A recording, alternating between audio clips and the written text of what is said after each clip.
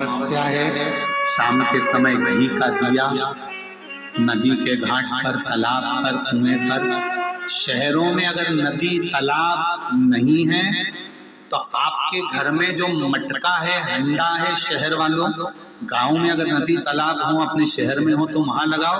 और अगर नदी तालाब नहीं हो तो पानी का जो हंडा मटका रसोई घर में होता है, अमावस्या के दिन शाम को वहां भी दिया लगा सकते हो। अगर नहीं है नदी तालाब बावड़ी कुआं तो अगर है वहां जाओ, नहीं हो तो वहां कल लगाओ।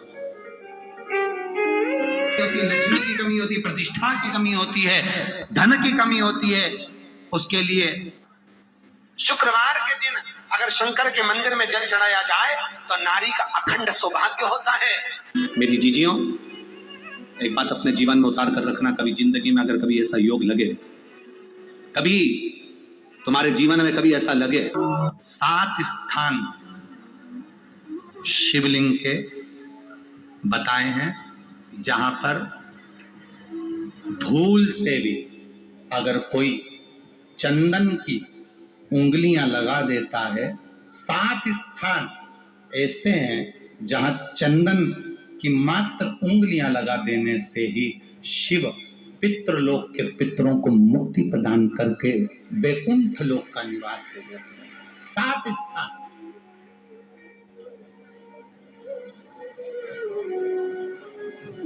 और वो 7 स्थान जो चंदन के बताए गए, पहला भगवान देवाधिदेव महादेव के शिवलिंग पर चंदन का लेपन।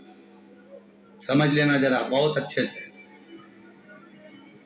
आपको लगता है स्वप्न में कोई मुर्दे दिख रहे हैं, या कोई जल रहा है, या कोई मर रहा है, या कोई चला गया है, ऐसा भय लगता है। बच्चों को मानी भेजूंगी ऐसा हो जाएगा, पति को मानी भेजूंगी ऐसा हो जाएगा, कोई हमारे कोई गलत तो नहीं कर रहा है, आपको लगता है। 7 स्थान चंदन के बताएं महाराज।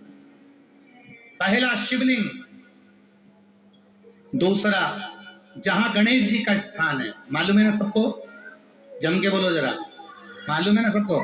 जहां गणेश जी का स्थान है वहां अलग से गणेश जी बैठे, वहां नहीं। शिवलिंग में जलाधारी के ठीक सामने राइट में गणेश, लेफ्ट में कार्तिकेय, बीच में अशोक सुंदरी।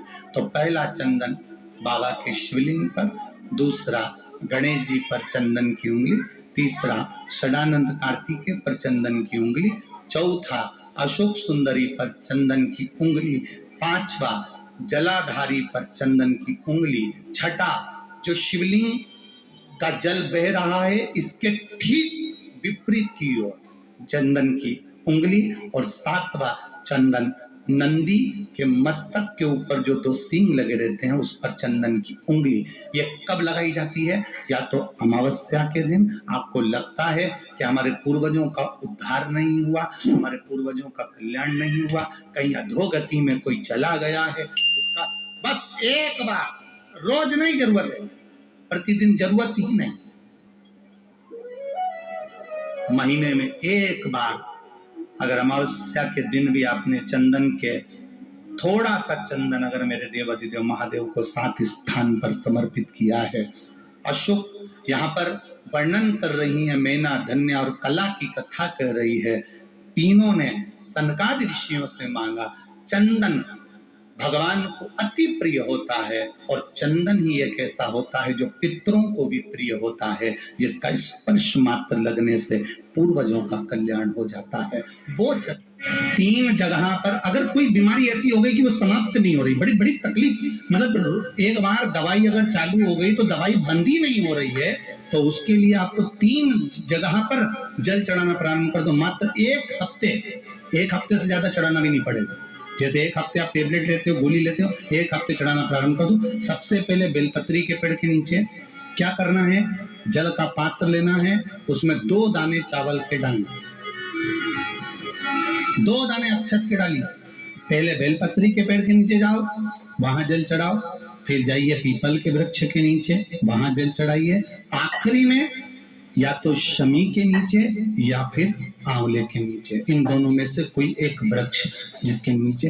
पर एक हफ्ते अगर आपने आंवले में चढ़ाया है तो आंवले में ही चढ़ाना, शमी में चढ़ाया है तो शमी में चढ़ाना है, ये बदल के मत चढ़ाना कि आज मैं शमी में चढ़ा देती हूँ कल आंवले में चढ़ा दूंगी। स्नान करते समय या भोजन करते समय या तीर्थ में क्षिप्रा, नर्मदा, गंगा, सरयू, सरस्वती, मंदाकिनी जितनी भी नदियां पवित्र हैं, इसमें जब स्नान करो या घर पर स्नान करो उस समय पर गंगे हर या नर्मदे हर, ये दो कहना चालू कर दो, कभी कभी कभी जिस समय हम हर हर गंगे बोलते हैं या नर्मदे हर बोलते हैं, एक लोटा पानी जब अपने ऊपर चढ़ता है या अपन किसी पवित्र नदी में डुबकी लगा रहे होते हैं या घर में एक लोटा पानी अपने ऊपर डालते समय हर हर गंगे या नर्मदे हर बोल रहे होते हैं, उस समय पर